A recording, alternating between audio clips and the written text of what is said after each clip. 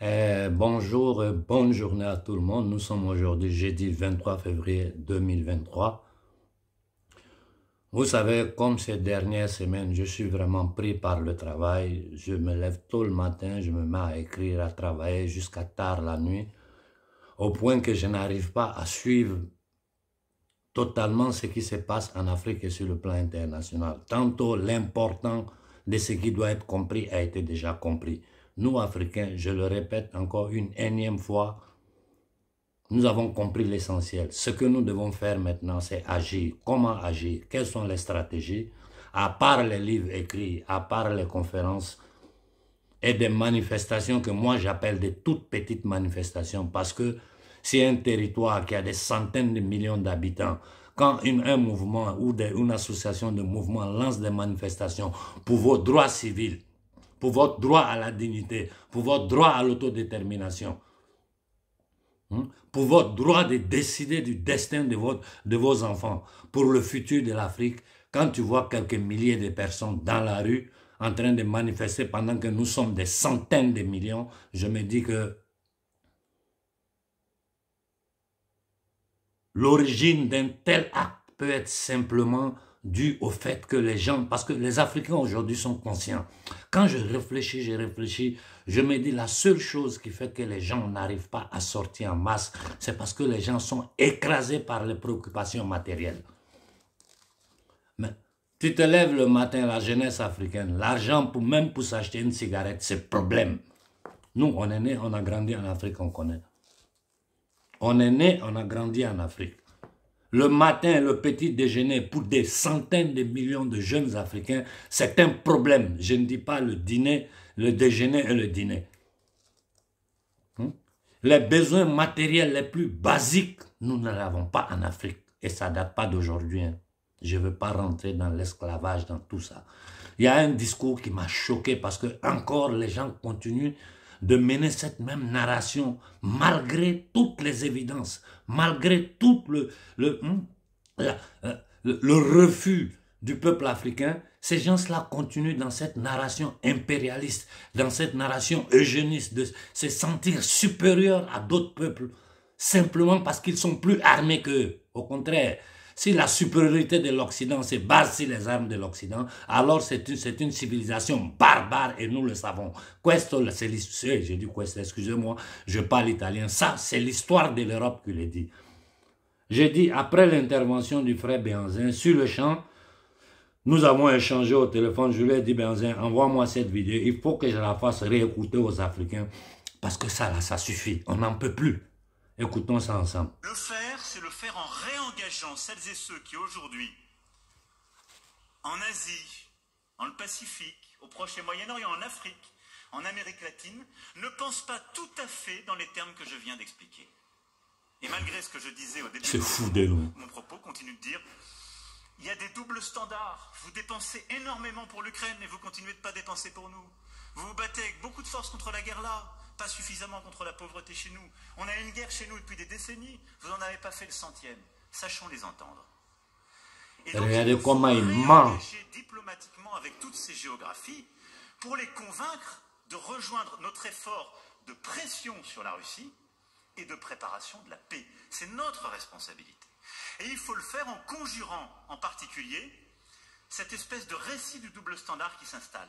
C'est pourquoi, au moment même où nous faisons tous ces investissements, j'appelle les Européens, les Américains, tous les membres du G7 et au-delà du G20 à nous accompagner sur la reconstruction d'un partenariat sud-nord pour permettre de repenser les termes de la solidarité internationale et investir massivement vers les pays qui en ont besoin pour leur santé, leur éducation, la lutte contre l'insécurité alimentaire et pour permettre précisément de redonner de la crédibilité à tous les pays riches qui doivent réengager beaucoup d'émergents, de pays à revenus intermédiaires, de pays en voie de développement dans cet effort en leur montrant qu'au moment où nous défendons nos principes, où nous voulons une paix juste et durable aux conditions des Ukrainiens en Ukraine, nous ne les oublions pas et nous voulons un monde plus juste, capable de faire face aux défis climatiques et à ses conséquences, chez eux comme ailleurs.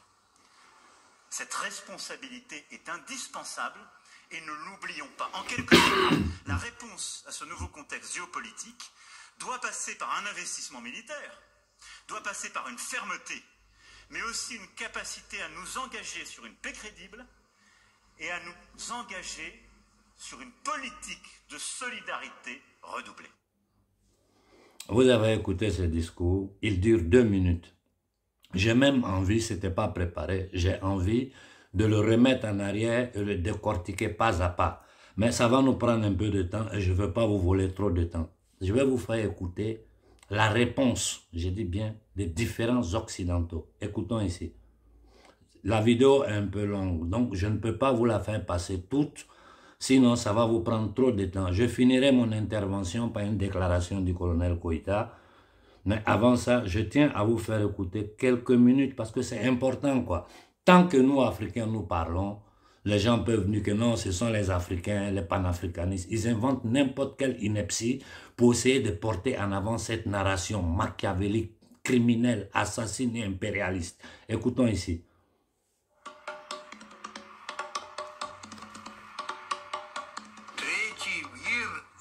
Le tiers-monde, pendant la guerre froide, était un véritable terrain de chasse. Un terrain de chasse. Littéralement. Pourquoi? Parce qu'en Europe, toutes les frontières étaient figées. Les franchir signifiait déclencher la guerre atomique, que personne ne voulait. Donc, alors que le tiers-monde n'avait pas de maître, on pouvait y agir en toute liberté et étendre son influence. quelque chose a changé. Nous considérions, et je pense que c'était vrai, que nous étions face à une tentative visant à faire du Congo une réserve de matières premières pour les États-Unis et l'Occident. N'oublions pas que la première bombe atomique a été fabriquée à partir d'uranium provenant du Congo. Il n'y avait à l'époque dans le monde que 2 pays producteurs de cobalt, l'Union soviétique et le Congo. Le cobalt est extrêmement important pour les moteurs à réaction et aussi pour la haute technologie. Nous ne pouvions pas nous fournir auprès de l'Union soviétique car c'était un produit stratégique. Le Congo était donc l'unique source. Je sentais bien que Washington commençait à se demander... Écoutez, Africains et Congolais. Cobalt si les Soviétiques prennent le contrôle du Congo. Les États-Unis s'inquiétaient de l'appui soviétique à Lumumba. Le président Eisenhower a alors dit « Nous devrions envoyer l'OTAN pour maintenir les Soviétiques dehors ».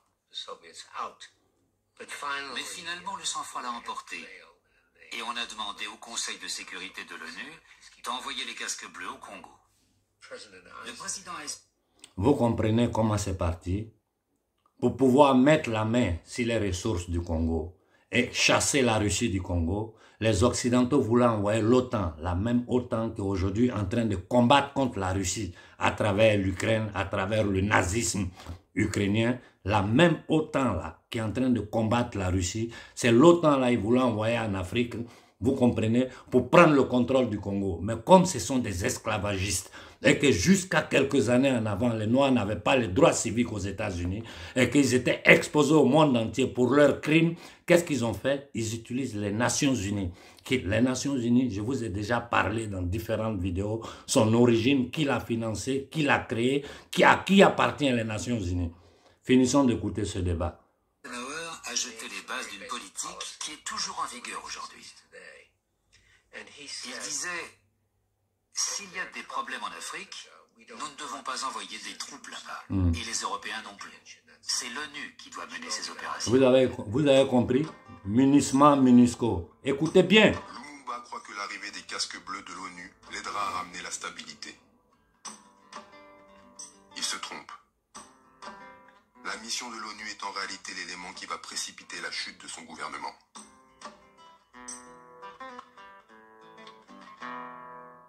On n'a pas vu un danger dans les Nations Unies, d'autant plus qu'on nous a toujours dit dans les manuels d'histoire politique, l'ONU, ça prône la paix.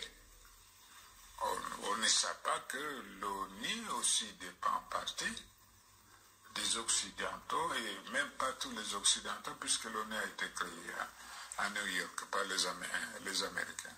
Les Américains tenaient l'ONU en main, et tout se faisait sur ordre des Américains, donc l'ONU c'était une fiction.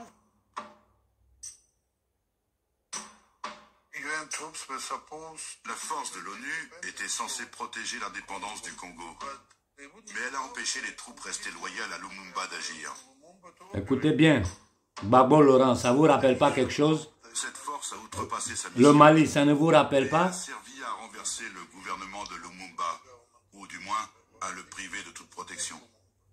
Le même schéma. Les troupes des Nations Unies ici vont encercler la résidence du Premier ministre. Écoutez, Sans aucun mandat, sans aucune autorisation, il y a une crise interne, les Nations Unies s'interposent et vont mettre le Premier ministre en résidence surveillée. écoutez bien.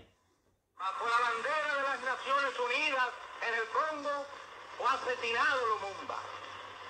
Y esas eran las Naciones Unidas que pretendían los norteamericanos que vinieran a inspeccionar nuestro territorio.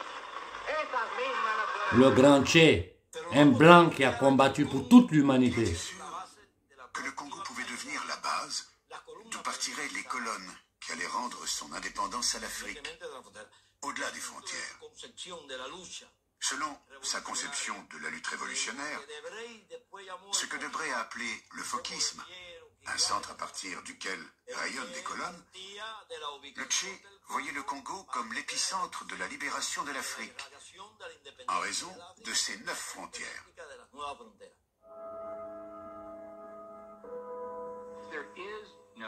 John Bolton. Il n'y a pas de Nations Unies. Il y a une communauté internationale qui, à l'occasion, peut être dirigée par le dernier vrai pouvoir mondial, les États-Unis. Il ne cache même pas. Quand les États-Unis dirigent, les Nations Unies suivent.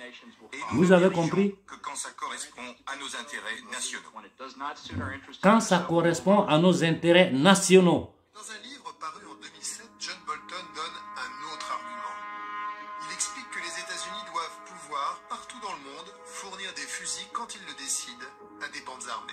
C'est une constante de la politique américaine depuis 30 ans, faire la guerre par milices interposées.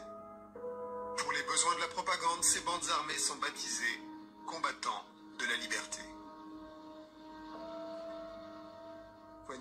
Quand vous armez des milices ou des combattants de la liberté, vous utilisez toujours des canaux légaux? La décision vient toujours du gouvernement américain, que ce soit une opération secrète de nos services d'espionnage ou du ministère de la Défense. Notre problème, c'est qu'on est tellement transparent qu'il est difficile de conduire des opérations clandestines, même quand on souhaite le faire.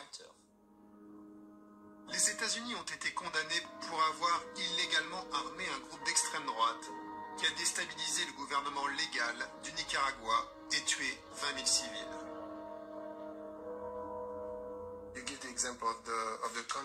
Vous donnez l'exemple des Contras au Nicaragua et alors que la communauté internationale les considérait non pas comme des combattants de la liberté mais comme des terroristes. Les États-Unis ne les considéraient pas comme des terroristes. Nous avons fourni des armes aux Contras. Pour le reste du monde, c'était des terroristes. C'est le point de vue du reste du monde, mais les États-Unis prennent leurs Écoutez propres bien, décisions.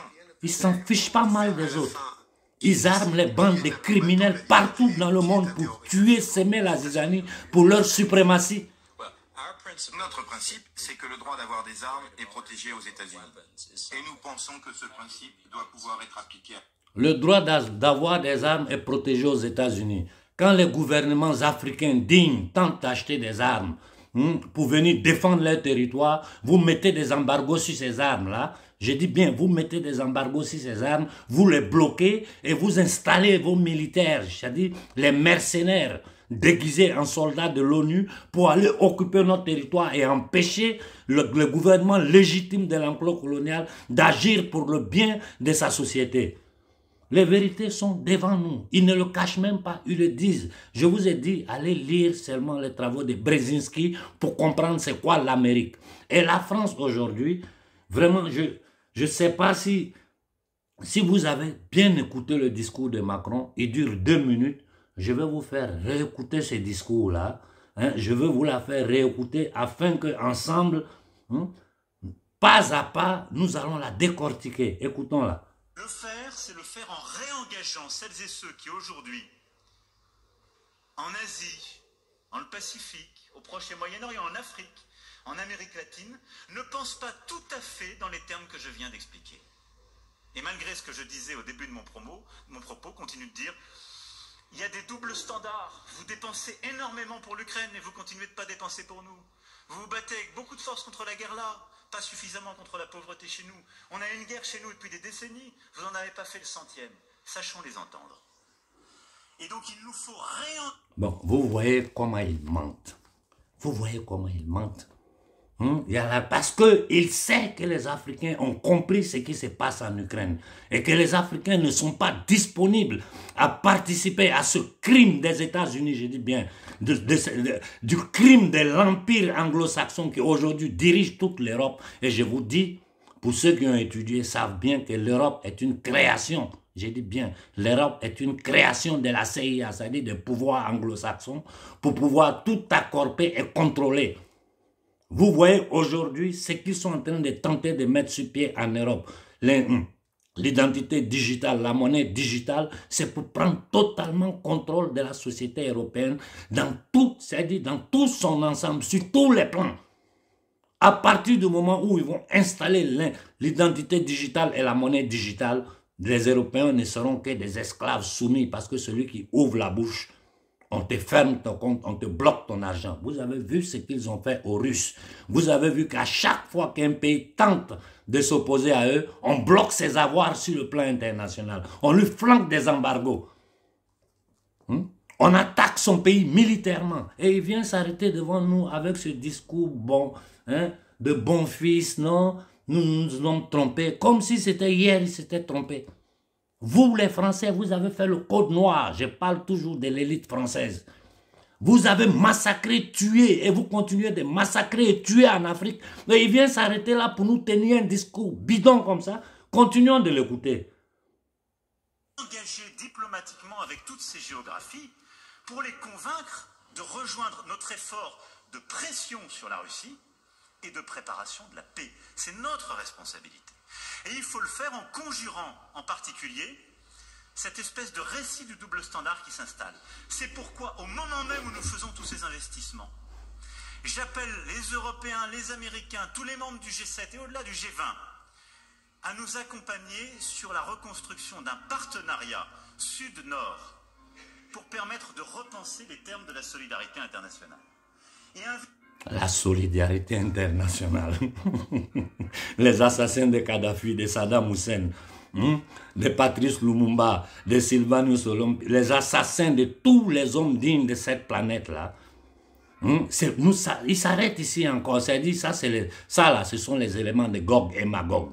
Ce double langage, cette narration machiavélique, c'est-à-dire masquée. Mais c'est pas possible, ça dépasse n'importe qui à un minimum, c'est-à-dire qui a une capacité minimum de réflexion. Quand tu écoutes Macron, tu te demandes si c'est un schizophrène. C'est des gens possédés, c'est-à-dire c'est des gens, le MK Ultra, quand on en parle, les gens ne savent pas. Allez étudier, vous allez comprendre. Ça là, c'est des gens qui ont des triples personnalités en eux. C'est des bordernites. Ils ne savent même pas de quoi ils parlent.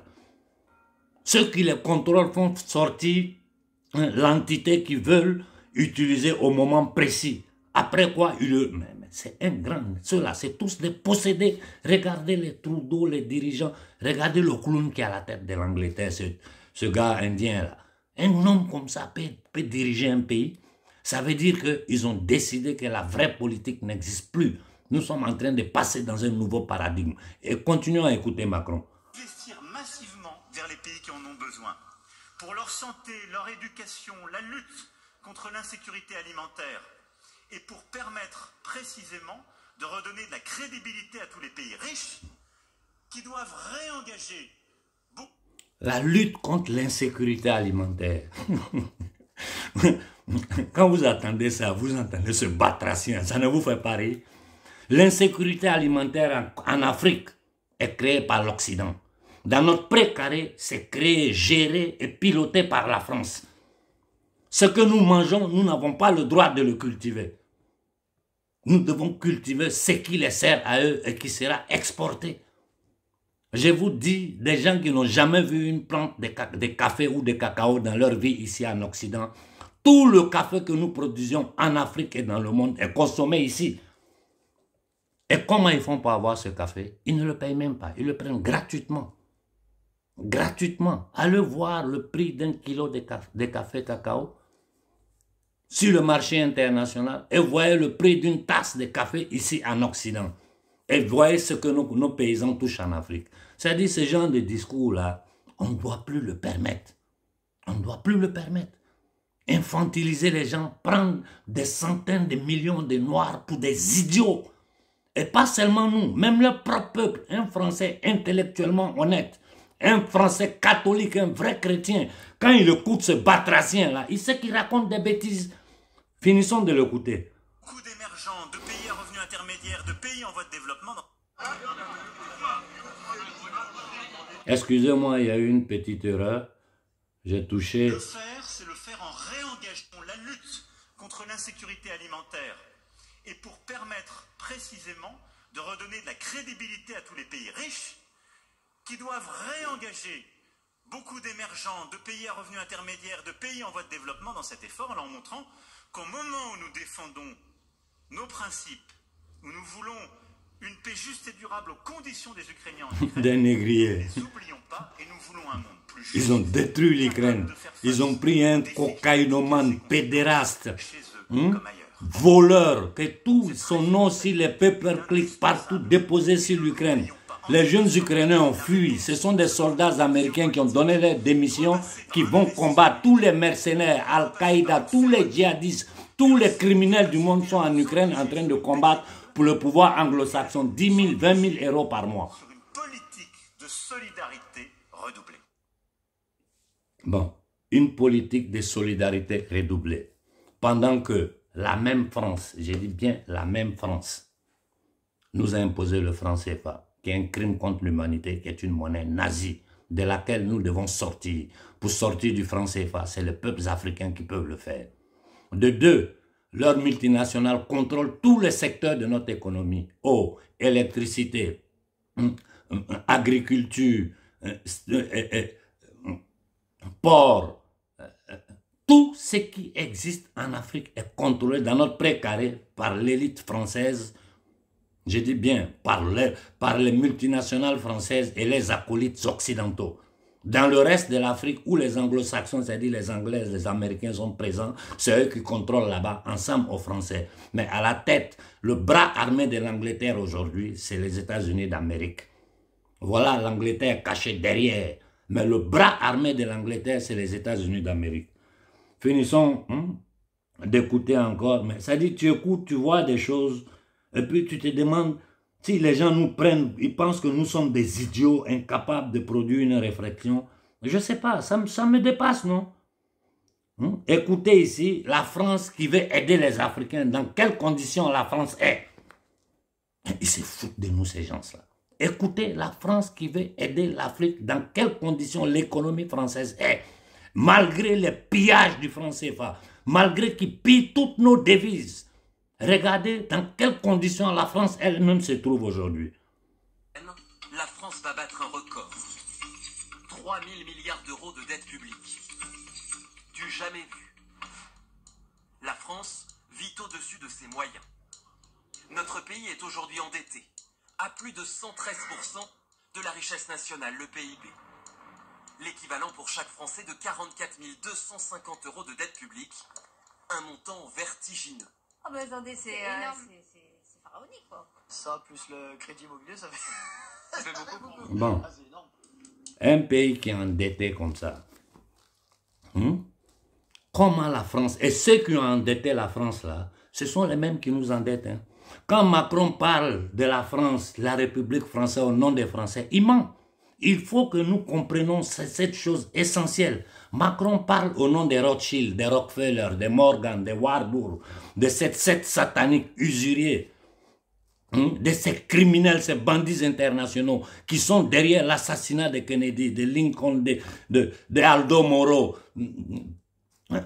des juges italiens qui sont derrière toutes les guerres que nous avons vues à la fin de la Seconde Guerre mondiale aujourd'hui, sans oublier que la Première et la Seconde Guerre mondiale, ce sont ces mêmes entités-là qui étaient derrière ça. Ceux dont je viens de citer le nom, une partie de cette structure-là, et la noblesse noire occidentale, c'est-à-dire ceux qui se sont crus de droit divin diriger l'Occident.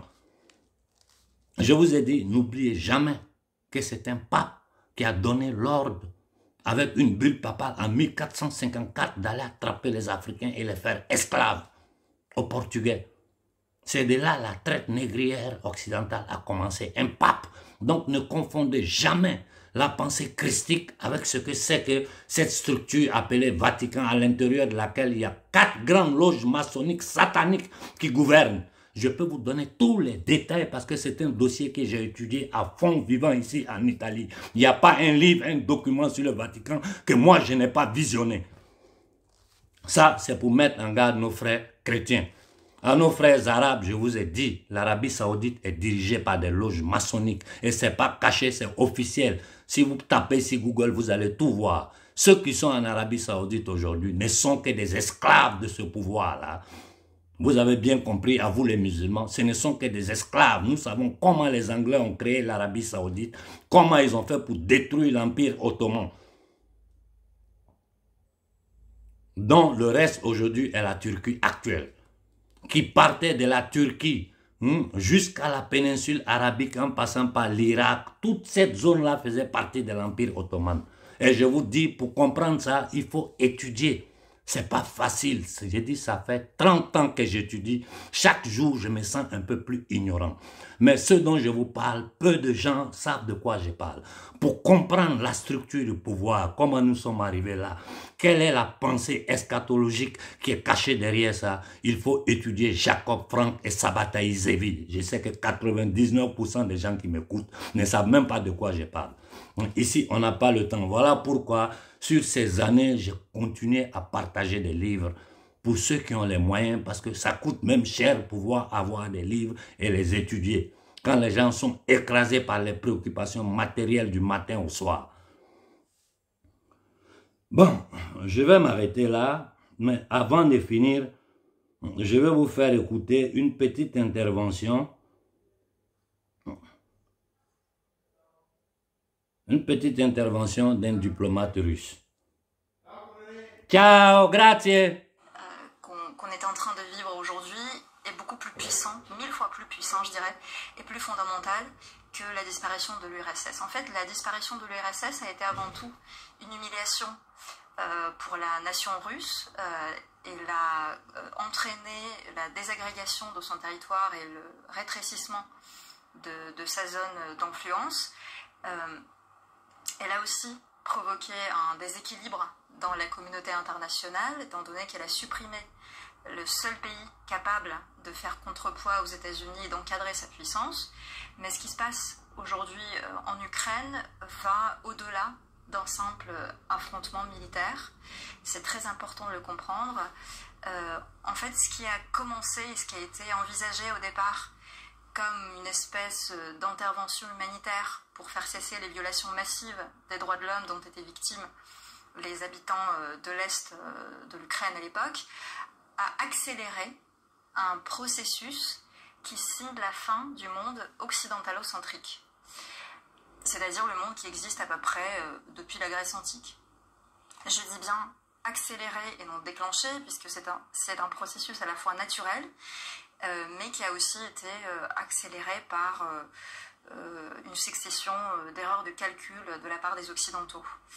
Qu'est-ce qu'on voit aujourd'hui? On voit tout simplement que le roi Occident est nu, qu'il ne commande plus à travers la planète. Il a complètement échoué à imposer aux autres États sa volonté d'isoler la Russie. Il est obligé de quémander à genoux des ristournes sur les matières premières aux pays du Maghreb et du Golfe. La paupérisation est galopante, la dette est colossale. Sur le plan monétaire, l'opération russe a fait sauter le tabou qui était le commerce en monnaie nationale et non en dollars. Et sur le plan des valeurs, l'Occident s'est complètement décrédibilisé en tant que défenseur des droits de l'homme. Et si vous voulez, toutes ces gesticulations sous forme de sanctions, d'appels à créer un tribunal pour juger la Russie, de tout chahut-bahut médiatique, de faits grossiers, mais aussi de sérieuses querelles internes au sein du bloc occidental, sont des spasmes d'agonie. Lisez la définition du mot agonie, c'est un état transitoire correspondant aux derniers instants de la vie et qui peut prendre l'apparence d'une lutte contre la mort lorsqu'il s'accompagne d'une agitation convulsive ou de réactions psychologiques telles que peur ou refus. C'est exactement ce à quoi on est en train d'assister. Quand je dis mort, j'entends en termes d'influence, en termes d'identité, une mort sociale. Cela semble vous réjouir. Je suis une diplomate, pas une sainte. Ce conflit entre la Russie et l'Ukraine se terminera bien un jour par un traité qui sera négocié. Quelle sera la base juridique de ce traité, vu que le droit international est aujourd'hui, malgré tout, assez mal en point? Le droit international moderne est le produit de l'évolution de la culture Écoutez bien, essentiellement européenne, qui prend racine au XVIIe et XIXe siècle. Ses caractéristiques principales, les trois caractéristiques principales étaient les suivantes. Le droit international a été utilisé pour consacrer la distinction entre les États civilisés d'un côté et les peuples, communautés et nations non civilisés de l'autre. Écoutez, les civilisés étant les États le droit international des négriers. Le reste du monde. Et pour protéger et perpétuer cette distinction. Première chose. Deuxième chose, bien que les États européens ne niassent pas l'existence d'autres pays au-delà de leurs frontières, leur personnalité juridique ne pouvait pas être considérée comme égale à celle des États du monde civilisé européen. Vous avez écouté? Et du point de vue des Européens, devenir civilisé, ça voulait dire devenir comme un État européen. Et in fine, la décision finale d'accorder ce statut revenait exclusivement aux États civilisés, entre guillemets, européens. Ce qui, dans la pratique, voulait dire que les États tels que la Chine, le Japon ou la Turquie ne pourraient jamais devenir civilisés, ne pouvaient jamais. Bon, je ne vais pas finir parce que le discours est un peu long. Pour nos frères, j'espère que vous l'avez bien écouté. Pour comprendre ce qu'ils appellent le droit international, je vous ai expliqué dans différentes vidéos qu'est-ce que c'est que l'ONU, qu'est-ce que c'est que la CEDEAO, pourquoi ils ont créé toutes ces institutions, qui est derrière toutes ces institutions et quel est leur objectif final. J'ai fait des milliers de vidéos. Quand on était seulement 2-3 personnes sur la toile, j'ai commencé à parler. Aujourd'hui, nous sommes des milliers. Et je vois le travail fourni par les vidéomans africains. C'est vrai, beaucoup d'entre eux ont peu de connaissances. Mais l'amour qu'ils ont pour l'Afrique, l'effort qu'ils font tous les jours, AK24 à parler sur la toile, ça a une importance dans ce combat que nous menons. Je le répète, ça a une importance. Parce que plus de bruit ils font, même dans cette cacophonie-là, ça embrouille l'ennemi. Donc, continuez à faire du bruit. Mais pour nous autres qui sommes plus préparés, pour nous autres qui savons effectivement quelles sont les voies et moyens à utiliser pour donner l'autodétermination à notre peuple, nous devons agir maintenant. Nous devons agir. Les mouvements panafricains ne pensent... Je ne sais même pas. Je ne vois pas ce que les mouvements panafricains posent comme action en Afrique. Je ne vois pas. La lutte panafricaine est devenue une lutte de vidéomans. J'ai dit, c'est devenu une lutte de vidéomans. Chaque jour, 100 personnes vont décortiquer ce qui se passe au Mali, ce qui se passe en Guinée, ce qui se passe là. Il y a certains pays africains comme la Somalie qu'on a totalement oublié, qui est devenu un no man's land. Il y a des pays comme le Soudan aujourd'hui, peut-être avec l'aide de la Russie, la présence russe, le Soudan du Sud pourra retrouver sa tranquillité. Regardez l'opération qu'ils ont fait pour diviser le Soudan. C'est la même opération qui est en cours au Mali. Vraiment, je ne peux pas finir cette vidéo-là sans vous faire écouter les déclarations, une des petites déclarations du colonel Koïta. À chaque fois que j'écoute cet homme, je me meus parce que je vois un jeune frère et je sais la charge qu'il a sur les épaules. J'ai dit, les 99 des gens qui bavardent en Afrique ne savent même pas de quoi nous parlons. Vous n'avez même pas la petite idée. Vous n'avez pas la moindre idée. Et quiconque sait, quiconque a un niveau de connaissance que nous autres, nous avons le système où ils t'achètent, où ils t'éliminent. Et comme moi, ils ne pourront jamais m'acheter, c'est sûr que tôt ou tard, ils vont m'éliminer. Et surtout, s'ils se rendent compte que les Africains m'écoutent, là, je signe mon arrêt de mort. Mais c'est le prix à payer. Écoutons ici le colonel Koïta. Vous avez dû remarquer que nous avons mis fin à notre collaboration avec un certain partenaire parce qu'il nous donne des financements et ne nous autorise pas à l'utiliser pour acheter des équipements militaires pour nos combattants. Parce qu'ils savent qu'avec ces équipements militaires, nous allons être indépendants et on n'aura plus besoin d'eux. Il y a des gens qui vivent du sang des autres. Et quand on se rend compte qu'une personne vit de notre sang, c'est préférable qu'on arrête toute collaboration avec cette personne. Voilà pourquoi nous avons décidé de prendre notre indépendance. Un jour, nous avons... L'intégrité du discours, c'est-à-dire tout le discours se trouve sur mon canal Telegram et je vais le republier sur mes comptes Facebook. Bon, là, c'est le colonel Koïta qui parle. Quelqu'un peut dire qu'il ment en Afrique. Il y a quelqu'un en Afrique qui peut dire que ce que le colonel Koïta a à peine dit est faux. Il n'y en a pas. Personne ne peut le dire. Personne ne peut le dire. Donc, tous ceux qui se présentent comme opposition et parlent de démocratie, vous êtes des minables. Ça fait pitié, quoi. Écoutons ici un Français. Je m'amuse, non? Ça m'amuse parce que c'est tellement facile de démonter ce jeu maléfique occidental. Écoutons ici, ça dure 1 minute. Écoutons un Français. Salut les amis, force à vous tous. J'espère que tout le monde se porte à merveille. Je voulais vous parler d'un certain Maxwell Chiku Butso, un Zimbabwéen. Le mec, son cerveau, à ce mec-là, c'est un ordi. Il est loin, il est très très loin. Il est loin. Tellement loin qu'il a inventé un moteur à autonomie révolutionnaire. Plus que l'essence, plus que l'électrique. Il peut niquer tout le monde, ce mec-là. Et ce mec-là, ce fameux Maxwell, a déposé son brevet. Et malheureusement, on ne veut pas lui accepter le brevet de son invention. Pas cool tout ça, pourquoi? Pourquoi on ne laisse pas l'Afrique se développer? Ils ont des génies, c'est un ingénieur le mec. Ils ont des génies chez eux. Pourquoi on ne le laisse pas bosser? Ils pourraient créer des usines en Afrique avec cette nouvelle technologie. Mais on lui refuse le brevet. Pourquoi le blanc n'aime pas que l'Afrique se développe? C'est pas d'aujourd'hui. Déjà à l'époque, une fois qu'on a décolonisé, entre parenthèses, un pays africain, on lui fait une monnaie, le franc CFA, ou alors on lui fait signer des concessions de 99 ans pour le pétrole, l'or, le phosphate, tous les minerais qu'il peut y avoir dans les terres africaines, pour ne pas que l'Afrique se développe. Parce qu'eux, ils touchent que des dividendes, c'est petit comparé aux gros gâteaux que les gros industriels mangent. Donc bref, voilà. Pourquoi on ne laisse pas l'Afrique se développer? D'autant plus que ce mec-là, il n'a pas inventé que ça. Il a inventé ça. Bon, vous allez me dire, c'est une télé. Non. Certes, c'est une télé. Mais ce mec-là, il a inventé un truc de ouf. T'aimerais pas prendre ta télé, te balader avec dans la main, t'asseoir n'importe où et l'allumer sans prise électrique? Ça serait magnifique, non?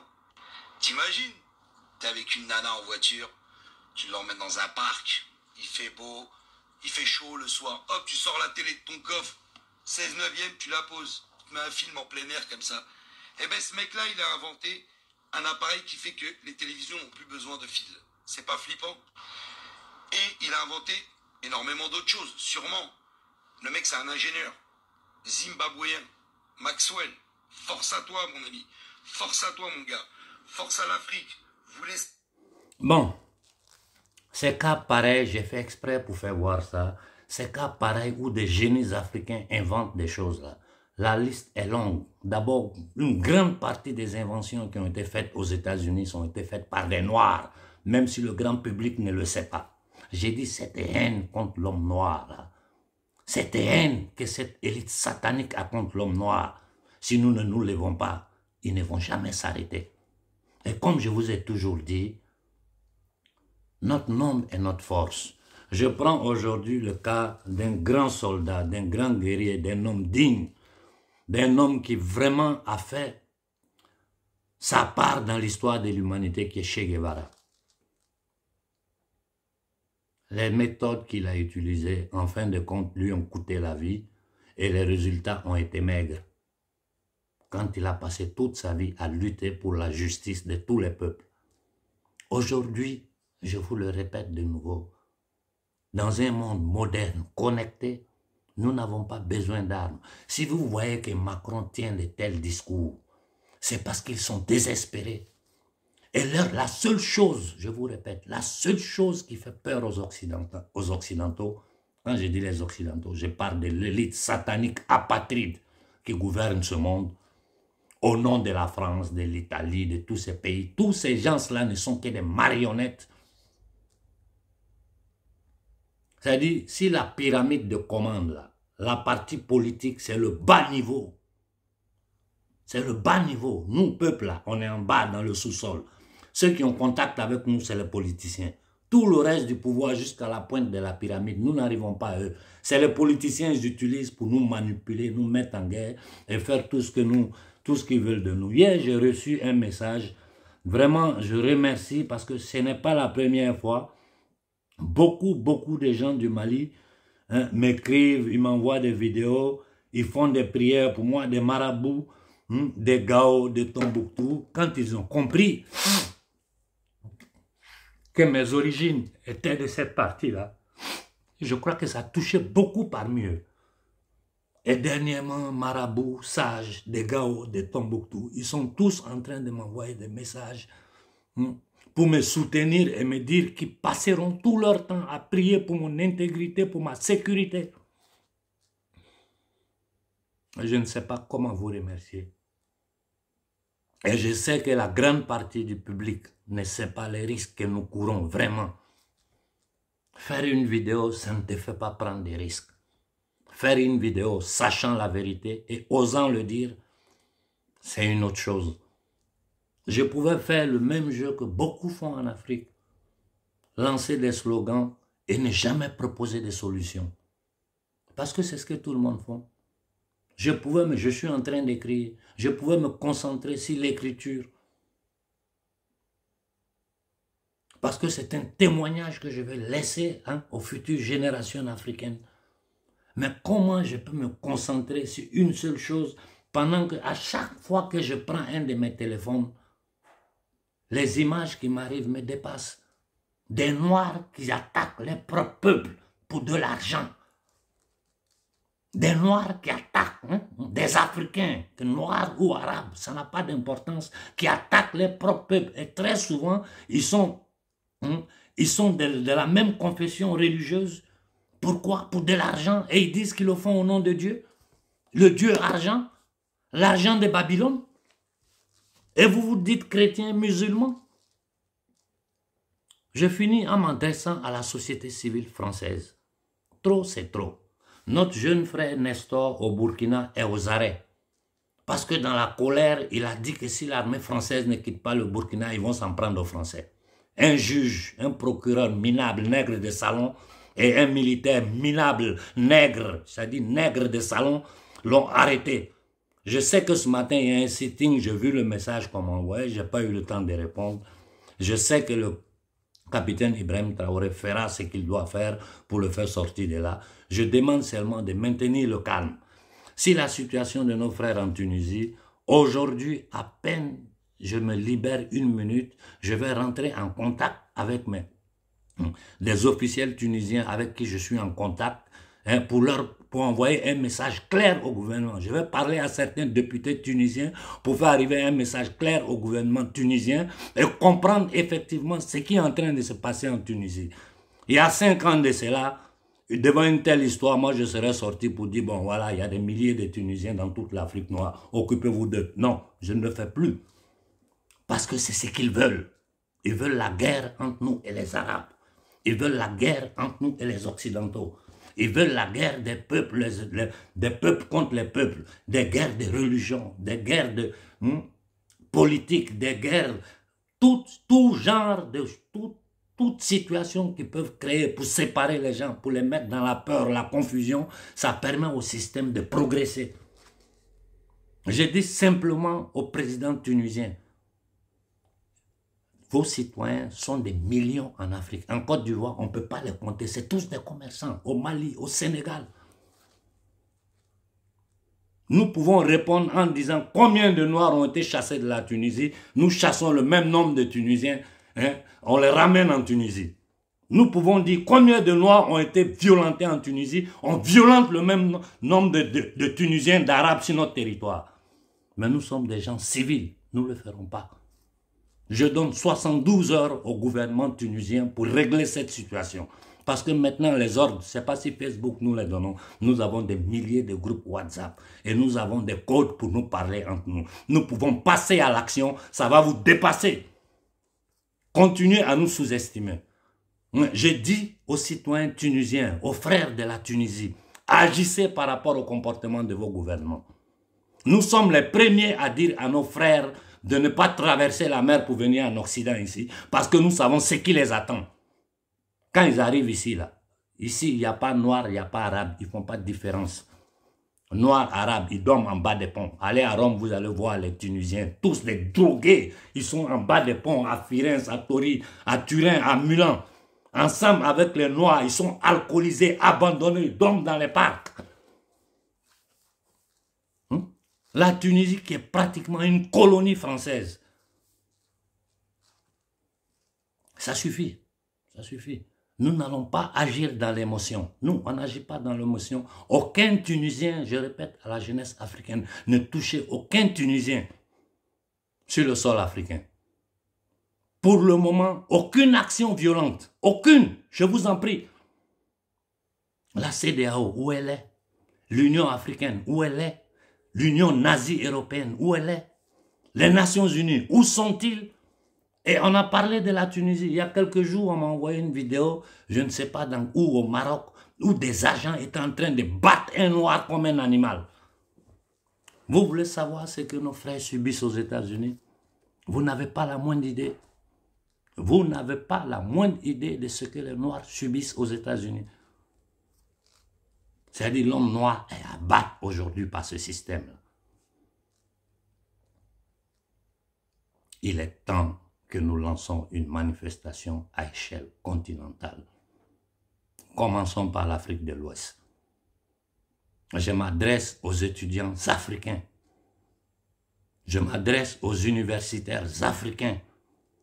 Je m'adresse à la société civile africaine, hommes et femmes.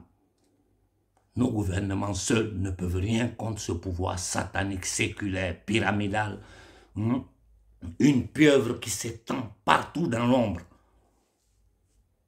Mais si un seul jour, 100 millions de Noirs s'élèvent en Afrique de l'Ouest, en Afrique centrale, un seul jour, c'est terminé. Personne ne peut me dire que je mens. Le monde entier va trembler et la société civile occidentale va se lever contre le gouvernement. Aujourd'hui ici, vous n'avez pas idée des crimes qu'ils sont en train de commettre contre les propres peuples en Italie, en France, en Allemagne, en Angleterre. Les crimes qu'ils sont en train de commettre contre tous les Occidentaux qui essaient de se poser à ce transhumanisme satanique. Vous pensez qu'ils vont avoir pitié de nous? Regardez ce qu'ils ont fait du Niger. À part les étudiants aujourd'hui au Niger qui peuvent s'auto-organiser, nous sommes là, je répète, mon numéro de téléphone public est +31, qui est le préfixe d'Italie. 347 038 0092. Je répète, +31, qui est le préfixe d'Italie. 347 038 0092. Ça, c'est un numéro que je laisse spécialement pour les secrétaires des mouvements des étudiants au Mali, au Niger, au Burkina, en Côte d'Ivoire, c'est-à-dire dans toute l'Afrique de l'Ouest et dans l'Afrique centrale. Je dis bien, les secrétaires des mouvements des étudiants, je vous supplie, j'ai laissé mon numéro que je répète de nouveau, +31, qui est le préfixe d'Italie, 347 038 0092. Je vous en prie, rentrez en contact avec moi et je serai le barycentre. Si je parle avec le secrétaire des étudiants au Niger, je parle avec le secrétaire des étudiants en Côte d'Ivoire, au Mali, Ensemble, déjà, nous faisons un groupe. Dans ce groupe de réflexion, vous pouvez prendre des décisions entre vous, nous les faire arriver. Nous, de la confrérie, nous allons convoquer une réunion à notre intérieur pour vous soutenir. Et je sais que les autres mouvements panafricains le feront. Mais ne comptez pas sur certains leaders. Je vous dis, c'est parce qu'on est dans un moment où ce n'est pas le moment de faire la guerre entre nous-mêmes. C'est que moi, j'essaie là. Si je dis, il y a des gens qui ne vont plus faire vidéo. Les documents que j'ai en main, si je les mets sur la toile, il y a des gens qui seront choqués. Vous allez dire, mais ce n'est pas possible. Donc ceux-là, ils sont complices avec nos dictateurs.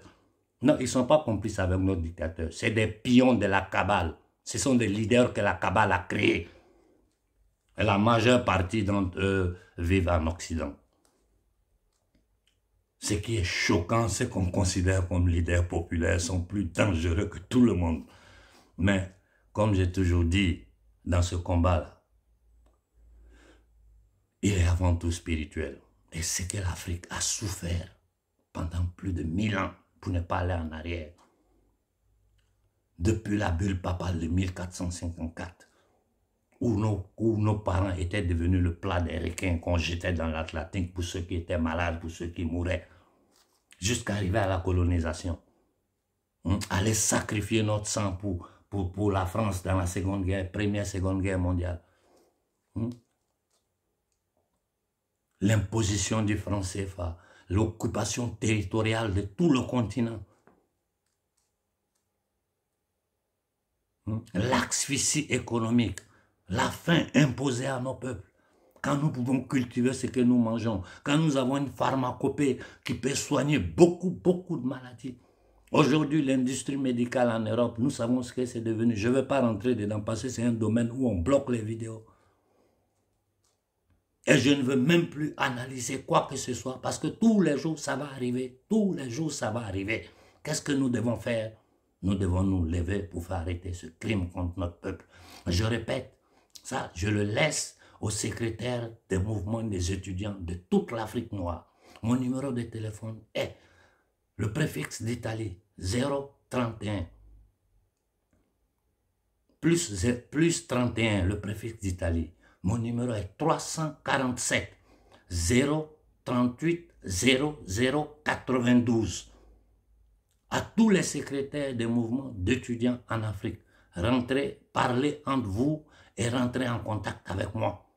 Si vous vous levez, si les étudiants d'Afrique se lèvent, le problème se règle.